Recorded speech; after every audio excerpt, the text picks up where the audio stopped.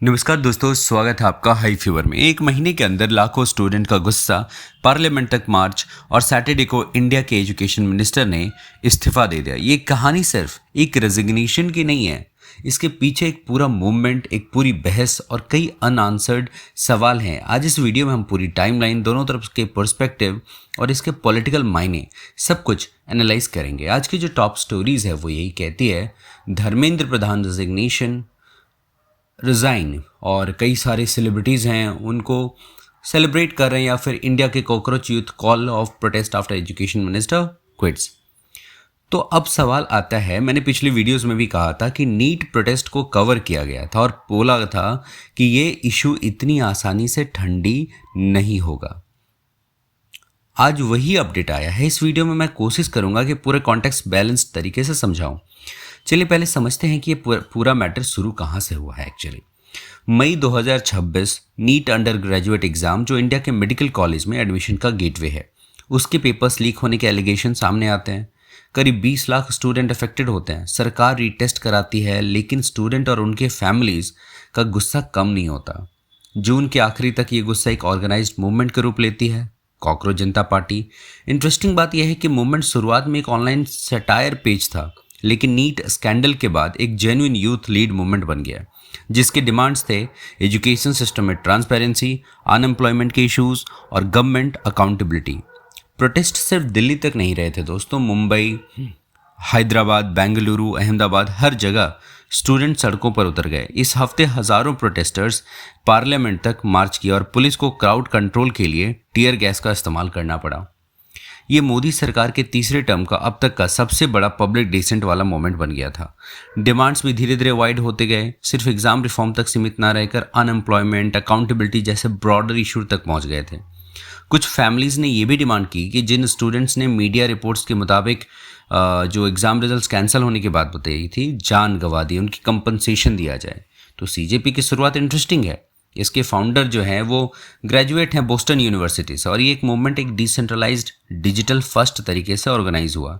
ये इंडिया के पॉलिटिक्स में एक नया पैटर्न देखने को मिलता है, जहां सोशल मीडिया पर शुरू हुआ एक सटायर देखते ही देखते एक देशव्यापी यूथ मूवमेंट बन गया। 25 जुलाई 2026 को धर्मेंद्र प्रधान, जो 2021 से एजुकेशन मिनिस्टर थे, उन्होंने सीजेपी के साथ टॉक से अपना इस्तीफा एक्स अकाउंट पर दे दिया। ये समझना जरूरी है कि 14 में, यानी 2014 में मोदी जी के पावर में आने के बाद ये सिर्फ दूसरी बार है जब किसी मिनिस्टर ने स्कैंडल की वजह से रिजाइन किया हो। पहली बार 2018 में हुआ था, जब एमजे अकबर ने मी टू एलिगेशंस के बाद जूनियर फॉरेन मिनिस्टर का पद छोड़ा था। जंतर मंतर पर जो प्रोटेस्टेड हुए थे, हफ्तों से किए बैठे हुए थे। रेजिग्नेशन की न्यूज़ आई, उसके बाद सेलिब्रेशंस देखी गई। आप यहाँ दोनों पर्सपेक्टिव समझना ज़रूरी है, प्रोटेस्टर और सीजेपी की तरफ से। ये एक जीत है, क्योंकि उनका कहना है अकाउंटेबिलिटी आखिरकार आई, और ये यूथ की ताकत का प्रूफ है। सरकार और बीजेपी की तरफ से पार्टी के जो बड़े नेता हैं नितिन नवीन ने अगले साल से परीक्षा की जो मूल जड़ है ओएमआर, अगले साल से नीट की परीक्षा कंप्यूटर बेस्ड टेस्ट से सीबीआई गहरा तक जाएगी। किसी को इस बार बख्शा नहीं जाएगा। पिछले बार भी बख्शा नहीं गया था, लेकिन इस बार विजिट, ये मैंने कहा ना, इसकी राधाकृष्ण कमेटी को पूरा लागू करने के बावजूद भी ये घटना हुई। सीबीआई, आपने देखा होगा, आप लोग ही छपाते हो, सीबीआई ने तुरंत कार्रवाई किया है, सीबीआई इसको तह तक जाएगी। ये वीडियो तो पुरानी है, बट आपको ये समझना होगा कि अब जो पहले पेपर वाइज क्वेश्चंस आते थे, अब वो कंप्यूटर वाइज होंगे, सीबीटी बेस्ड होंगे, यानी कंप्यूटर बेस्ड टेस्ट होंगे। तो एक तरह से ये अच्छा है स्टूडेंट्स के लिए भी कि अब ये लीक वाली प्रॉब्लम तो शामिल नहीं होगी। लेकिन मेरा एक सवाल है आप लोगों से कि क्या एक नीट के एग्ज़ाम ही एक ऐसा एग्ज़ाम है जहाँ पे पेपर लीक होते हैं? आए दिन हर स्टेट में कोई ना कोई पेपर लीक होता ही रहता है। और एक फैक्ट है जो नोट करना ज़रूरी है, प्राइम मिनिस्टर मोदी जी ने भी अभी तक कोई इस रेजिग्नेशन पर पब्लिक स्टेटमेंट नहीं दिया है। लेकिन इसका फॉर्मली मैं कोई मतलब और ये नहीं निकालना चाहता, क्योंकि इसका इंटरप्रिटेशन बहुत सारा तरीके से बन सकता है। इसका एडमिनिस्ट्रेटिव प्रोसेस भी मान सकते हैं आप। फिलहाल ये एक ओपन क्वेश्चन है। अब ज़रा बड़े कैनवस पर देखते हैं कि ये जो तीसरा टर्म था, क्योंकि इनमें वोटर्स जो हिस्टोरिकली बीजेपी का एक मजबूत सपोर्टर रहे हैं, यंग जनरेशंस, अब उनके थोड़ा अगेंस्ट में क्यों जा रहे हैं? अनएम्प्लॉयमेंट, अपॉर्चुनिटीज़ की कमी, इंस्टीट्यूशनल ट्रस्ट जैसे डीपर स्ट्रक्चरल इश्यूज़ हैं।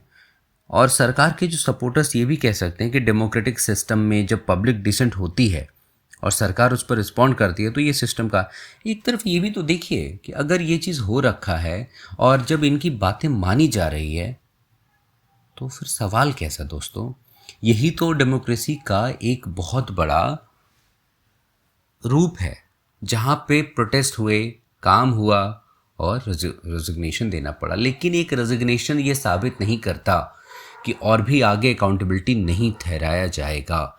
बहुत सारे एग्ज़ाम्स हैं, NEET is one of them. क्या ये एक आइसोलेटेड इवेंट रहेगा? आपको क्या लगता है बताइए। और तो और मैं भी ये भी कहूँगा कि सीजीपी ने खुद कहा था कि अभी भी बहुत सारे डिमांड्स बाकी हैं। मतलब ये चैप्टर ख़त्म नहीं हुआ है, पूरी कहानी अभी बाकी है। सिर्फ एक एग्ज़ाम्स पे हम लोग कैसे भरोसा कर सकते हैं? आप देखो, इतना जो मैसिव प्रोटेस्ट हुए हैं, इतना जो लंबा लाइन लगा है, ये तो सिर्फ एक एग्ज़ाम्स के प्रति। सीजीएल का आपको पता है एग्ज़ाम मैंने भी दिया था और एग्ज़ाम कैंसिल हो जाते हैं। वहाँ पे पता चलता है कि ये एग्ज़ाम लीक हो गया। बहुत सारे एग्ज़ाम्स लीक होते हैं। आप नीट के एग्ज़ाम्स देखो तो पंजाब के साइड में भी लीक हुए हैं। तो क्या वहाँ पे गवर्नमेंट अकाउंटेबिलिटी लेगी? क्या फिर से ऐसे प्रोटेस्ट किए जाएंगे? तो ये एक तरह का ना ये क्वेश्चन सवाल करता है। देखिए यहाँ पे एक आर्टिकल है, बहुत ही प्यारा आर्टिकल है। Not just 2026 NEET, over 90 exams leaks, irregularities reported in 2 decades। यानी 2 दशकों से ऐसा होता आ रहा है। आपको मैं झारखंड की भी बात बताता हूँ, क्योंकि मैं झारखंड से हूँ तो मैं उसके बारे में बता रहा हूँ।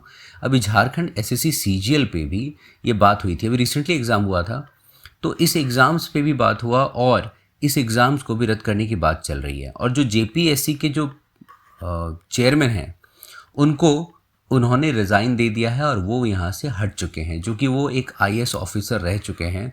बट फिर भी उनका रिज़ाइन देना आप ये बहुत बड़ा तथ्य दिखाता है, क्योंकि इसमें जो है अब सीबीआई आने वाली है और झारखंड एसएससी सीजीएल में बहुत ही ज़्यादा बड़े लोगों का इंटरफेरेंस इसमें है।